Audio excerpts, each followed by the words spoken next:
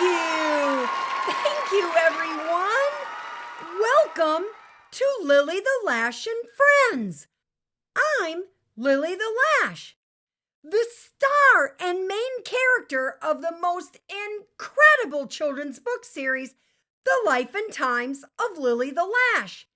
Yep, it's really me, and I'm so excited that we're hanging out together.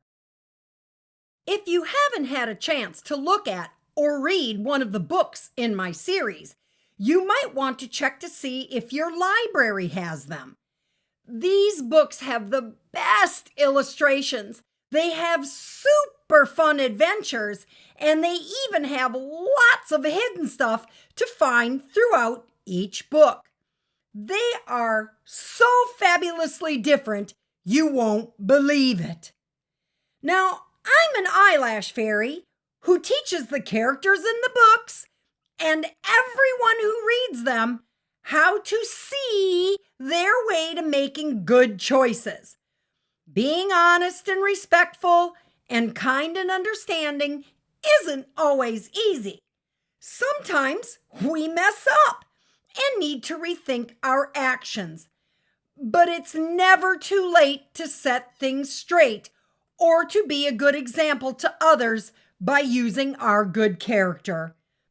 I could certainly talk more about all of that, but instead, I want to read you this wonderful real-life true story that I just received from a listener who knows all about being a good example to his classmates and his community. Come along now as we explore our friend's story. This is from Grayson. He's from Kent, Washington, and he's 8 years old. Grayson writes, "Dear Lilly the Lash, I'm in 3rd grade, and our teacher has your books, and we are always reading them. She told us one day that you had a podcast program. So now we listen to a different episode once a week, and then we talk about it. She asked us if we wanted to write you about something that we had done or were upset about. So I'm writing you this letter. It's about litter. Because I can't stand litter. I can't stand seeing it on the ground, in our school, on our street, or in the park where we go to play. My mom and dad and I will take garbage bags with us and go to the park and pick up litter just to make sure that it looks clean. My mom even bought me a shirt that says, 'Bitter about litter,' which really means I feel upset or angry about littering. Last year, I got so mad about it that I started a group in my school where once a week, we all go out and clean up the litter around our school. We're in a very busy area, and lots of people drive past and just throw stuff onto our grass. It makes me so mad. I don't understand. Why would someone throw garbage out onto the ground when they could put it into a garbage can or wait until they got home to throw it away there? My mom and dad say that it's disrespectful, but it seems to me like it's because people are just lazy. They're just too lazy to throw their garbage in a can. I like wearing my shirt because now people ask me about litter, even while I'm at the grocery store or when they see me outside. And we've had neighbors come along to the park to help us clean it up. I feel really good about that. I feel really good about being respectful. I hope you end up liking this letter so much that you end up featuring me on a podcast.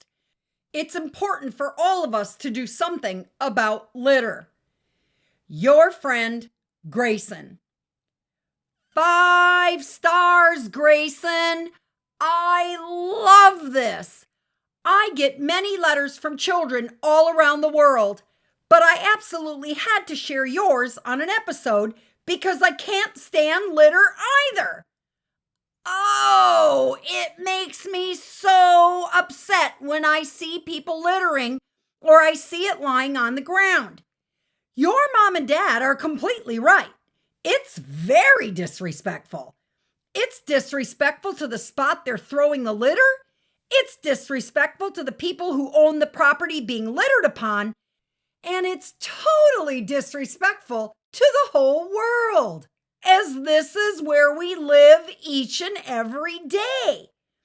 It's like a slap in the face. There is hands down simply no excuse for littering. And I have to say, I pretty much agree with that. It's also about people being lazy. That to me is the saddest thing, because that's about self-respect. You don't even respect yourself enough to want to keep the earth you live on clean?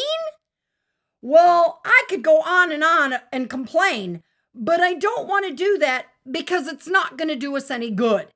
What I want to do is talk about what you've done, which is good in every way. Because you've spoken up about your dislike for litter, you have spent lots of time working with your parents to clean up your park. You've also started like a campaign, so to speak, in your school, in which all of you now participate to clean up the grounds around your school. And last but not least, by wearing that great t-shirt your mom bought you, you've brought attention to this terrible problem. You've started conversations about the issue and have gotten others involved. All of that is so great, but do you know what I think is the most impressive thing about your actions? It's that you're not doing it to get recognition. In fact, although your actions positively affect lots of people, people may not even know about your good deed, because if the garbage has already been picked up, no one would know that you had done it. You're doing this because it's the right thing to do. You're doing it to make a difference in our world, for our earth. You, Mr. Grayson, are just way too cool. Talk about garbage.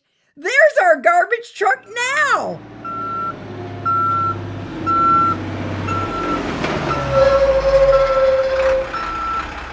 I really need to get going, but before I fly off, I want to check to see if any of my friends out there would like to share their story with our many listeners. All you have to do is have your parent or guardian contact me through the author of the series, Julie Woik.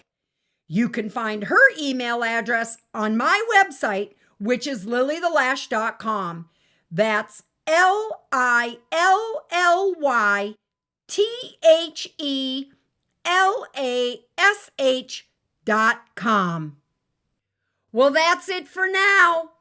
I can't wait to hear what you have to say. Remember, Lily's always listening. It doesn't take much for us to say something kind. Together, we can make the world a better place in the blink of an eye. See you later!